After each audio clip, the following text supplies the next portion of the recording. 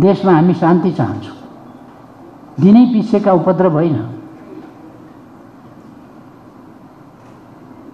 अनेक प्रकारका शक्तिहरू छन्। सरकारले एउटा कर्मचारी निकाल्यो अरे, ठुलो घाटा परेछ, कसैलाई छाती पिटिकन रोएका छन्। एउटा कर्मचारीलाई कारबाही गर्यो अरे सरकारले। त्यसको विधि अर्को होला नि, पार्लियामेन्ट बन्द गरेका छन्। प्रधानमन्त्रीले आएर जवाफ दिनु पर्यो। जवाफ दिइसक्यो, प्रधानमन्त्रीले दिइसक्यो, सिद्धियो नि त। अब कहाँ पार्लियामेन्टमा जवाफ दिनु, त्यो कुरा थाहा पाइएन।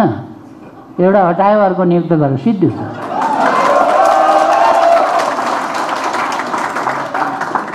यसमा पनि फेरि मोर्चाबन्दी। वाह,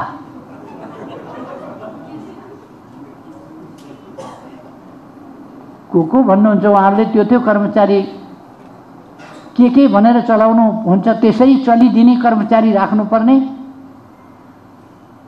सरकारलाई असहयोग गर्ने, नटेर्ने, देशलाई अप्ठ्यारोमा पार्ने को छन्, त्यस्तो राखिदिनु पर्ने। अनुशासनहीनता, अराजकता, राष्ट्रिय घाटा सबै सहनु पर्ने। र उहाँहरू के नै इस्यु पायौँ भनेर बोकेर हिँड्ने।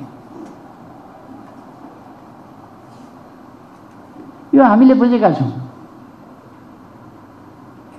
उहाँहरू देशलाई एक पाइलो अगाडि बढ्न नदिन चाहनुहुन्छ, कानुन पास नदिन कोसिस गरिरहनु भएको छ। त्यसका निम्ति एउटा बहाना संसद अवरुद्ध गर्ने।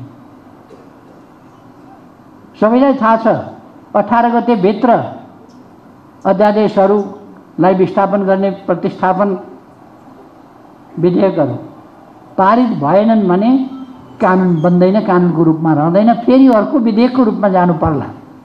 त्यो कुरा बुझेर काम हुन नदिनका लागि, विधेयक प्रस्तुत पास हुन नदिनका लागि यो सब खेल भइरहेछ। हामीले बुझेका छौँ।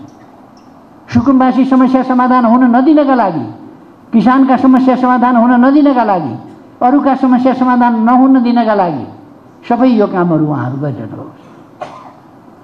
हामीले बुझेका छौँ। म आग्रह गर्न चाहन्छु प्रतिपक्षलाई, यति सस्तो, यति हल्का, यति उत्ताउलो नहुनुहोस् तपाईहरु।